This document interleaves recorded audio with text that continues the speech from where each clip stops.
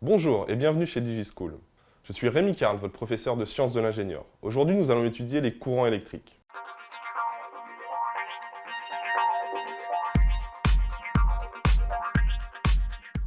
Pour bien comprendre le courant électrique, il nous faut encore une fois revenir à l'atome. L'atome, constitué de protons, de neutrons et d'électrons, que j'ai représenté ici. Dans un conducteur électrique, que j'ai modélisé ici par un cylindre, nous allons retrouver donc des éléments métalliques, admettons, ici, que je vais représenter par M. Ces éléments métalliques font évidemment des atomes dont les électrons vont pouvoir se mettre en déplacement. Il faut imaginer les électrons qui vont sauter d'un atome à l'autre pour se déplacer globalement. Comment on définit maintenant l'intensité? L'intensité, il faut la comprendre comme étant analogue à un débit. Quand j'ouvre mon robinet d'eau et que je dis que mon eau coule à 1 litre par seconde, par exemple, je décris bien un débit d'eau.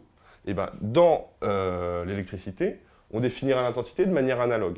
C'est-à-dire que dans mon tuyau, je vais regarder combien d'électrons, combien de charges en fait passent par seconde. Mon conducteur électrique, je lui soumets ce qu'on appelle une différence de potentiel. Une différence de potentiel ici, on verra tout à l'heure à quoi ça correspond. Tout ce qu'on sait, c'est que cette différence de potentiel, pour l'instant, induit un déplacement global de charge. Donc mes électrons ici, que je représente ici par E-, se déplacent globalement, dans ce cas-là, de gauche à droite. Ces charges étant négatives, on définit par convention l'intensité électrique dans l'autre sens, que je représente ici par une grosse flèche, que j'appelle I. Et I, quand je veux le calculer, ça sera bien la charge divisée par le temps. Donc c'est combien de coulombs passent par seconde à travers mon conducteur cylindrique. Et donc du coup, je définirai l'intensité comme étant delta Q, la variation du nombre de charges, sur delta T. Nous sommes bien ici en coulombs pour les charges par seconde.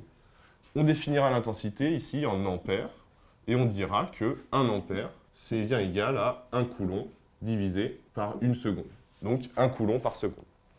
Et on retiendra évidemment que l'intensité, c'est bien le débit de charge électrique à travers un conducteur, donc le nombre de coulombs qui passe à travers une section droite de mon conducteur par seconde.